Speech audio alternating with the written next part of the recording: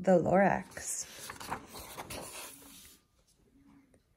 At the far end of town where the grickle grass grows and the wind smells slow and sour when it blows, and no birds ever sing excepting old crows, is the street of the lifted Lorax. And deep in the grickle grass, some people say if you look deep enough, you can still see today where the Lorax once stood just as long as it could before somebody lifted the Lorax away. What was the Lorax, and why was it there? And why was it lifted and taken somewhere from the far end of town where the grickle grass grows? The old Onceler lives there. Ask him. He knows. You won't see the Onceler. Don't knock at his door. He stays in his lurkum on top of his store. He lurks in his lurkum cold under the roof, where he makes his own clothes out of miff-mufford moof. And on special dank midnights in August, he peeks out of the shutters, and sometimes he speaks and tells how the Lorax was lifted away. He'll tell you, perhaps, if you're willing to pay. On the end of a rope, he lets down a tin pail, and you have to toss in 15 cents and a nail and the shell of a great-great-great-grandfather snail. Then he pulls up the pail, makes a most careful count to see if you've paid him the proper amount. Then he hides what you paid him away in his snub, his secret strange hole in his grovulous glove. Then he grunts, "I will call you by whisper-my-phone, for the secrets I tell are for your ears alone." Slop. Down slops the whisper-my-phone to your ear, and the old Onceler's whispers are not very clear, since they have to come down through a snurgly hose, and he sounds as if he had smallish bees up his nose. "Now I'll tell you," he says, with his teeth sounding grey, "how the Lorax got lifted and taken away. It started way back, such a long, long time back. Way back in the days when the grass was still green and the pond was still wet and the clouds were still clean and the song of the swami swans rang out in space. One morning I came to this glorious place, and I first saw the trees, the truffula trees, the bright-colored tufts of the truffula trees, mile after mile in the fresh morning breeze.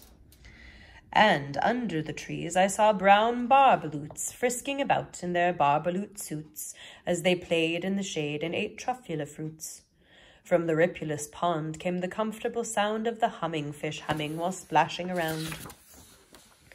But those trees, those truffula trees. All my life I'd been searching for trees such as these. The touch of their tufts was much softer than silk, and they had the sweet smell of fresh butterfly milk. I felt a great leaping of joy in my heart. I knew just what I'd do. I unloaded my cart. In no time at all, I had built a small shop. Then I chopped down a truffula tree with one chop.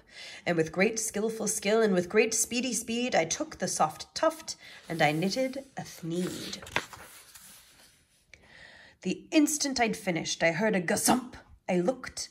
I saw something pop out of the stump of the tree I'd chopped down. It was sort of a man. Describe him? That's hard. I don't know if I can. He was shortish and oldish and brownish and mossy, and he spoke with a voice that was sharpish and bossy. "Mr.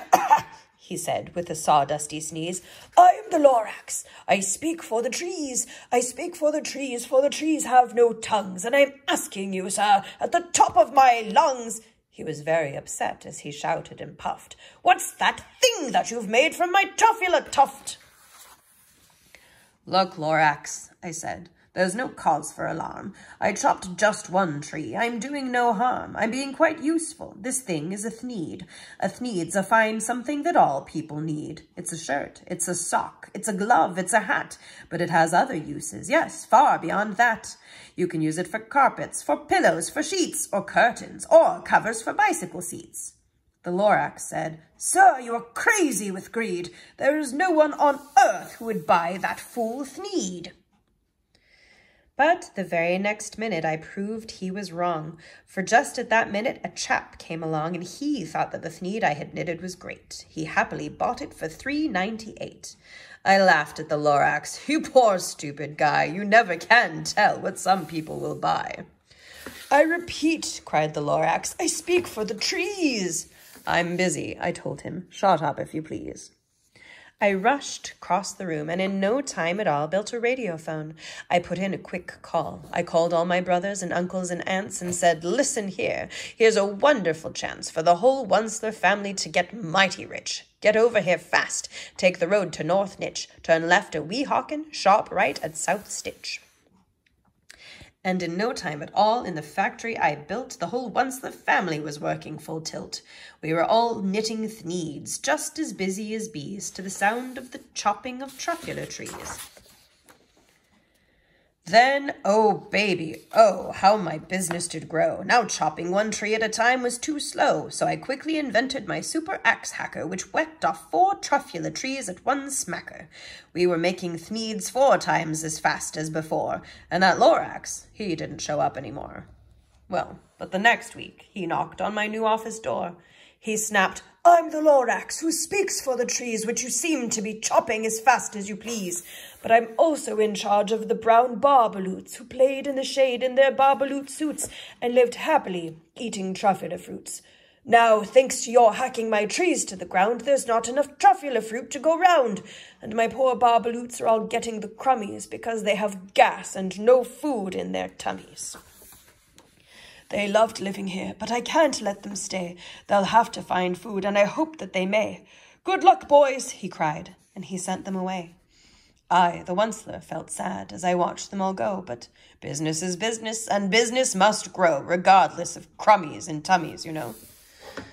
I meant no harm, I most truly did not, but I had to grow bigger, so bigger I got. I biggered my factory, I biggered my roads, I biggered my wagons, I biggered the loads of the thneeds I shipped out. I was shipping them forth to the south, to the east, to the west, to the north. I went right on biggering, selling more thneeds, and I biggered my money, which everyone needs. Then again he came back. I was fixing some pipes when that old nuisance Lorax came back with more gripes. "I'm the Lorax!" He coughed and he whiffed. He sneezed and he snuffled. He snargled. He sniffed. "Onceler!" he cried with a crofulous croak. "Onceler, you're making such smogulous smoke. My poor swami swans, why they can't sing a note. No one can sing who has smog in his throat." "And so," said the Lorax, "please pardon my cough. They cannot live here, so I'm sending them off. Where will they go? I don't hopefully know. They may have to fly for a month or a year to escape from the smog you've smogged up around here." "What's more," snapped the Lorax, his dander was up, "let me say a few words about gluppity-glup. Your machinery chugs on day and night without stop making gluppity-glup, also schloppity-schlop. And what do you do with this leftover goo? I'll show you, you dirty old Onceler man, you." "You're glumping the pond where the humming-fish hummed. No more can they hum, for their gills are all gummed. So I'm sending them off. Oh, their future is dreary. They'll walk on their fins and get woefully weary in search of some water that isn't so smeary." And then I got mad. I got terribly mad. I yelled at the Lorax, "Now listen here, Dad. All you do is yap, yap, and say bad, bad, bad, bad. Well, I have my rights, sir, and I'm telling you I intend to go on doing just what I do. And for your information, you Lorax, I'm figuring on biggering and biggering and biggering and biggering, turning more truffula trees into thneeds, which everyone needs." And at that very moment, we heard a loud whack. From outside in the fields came a sickening smack of an axe on a tree. Then we heard the tree fall, the very last truffula tree of them all. No more trees, no more thneeds, no more work to be done. So in no time at all, my uncles and aunts, everyone, all waved me goodbye. They jumped into my cars and drove away under the smoke-smuggered stars. Now all that was left neath the bad-smelling sky was my big empty factory, the Lorax, and I. The Lorax said nothing, just gave me a glance, just gave me a very sad, sad backward glance as he lifted himself by the seat of his pants. And I'll never forget the grim look on his face when he heisted himself and took leave of this place through a hole in the smog without leaving a trace. And all that the Lorax left here in this mess was a small pile of rocks with the one word, unless. Whatever that meant, well, I just couldn't guess.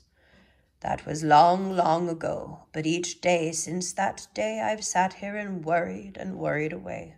Throughout all the years, while my buildings have fallen apart, I've worried about it with all of my heart. But now, said the Onceler, now that you're here, the word of the Lorax seems perfectly clear. Unless someone like you cares a whole awful lot, nothing is going to get better. It's not. So, catch, calls the Onceler. He lets something fall. It's a truffula seed. It's the last one of all. You're in charge of the last of the truffula seeds, and the truffula trees are what everyone needs. Plant a new truffula, treat it with care, give it clean water, and feed it fresh air. Grow a forest, protect it from axes that hack, then the Lorax and all of his friends may come back.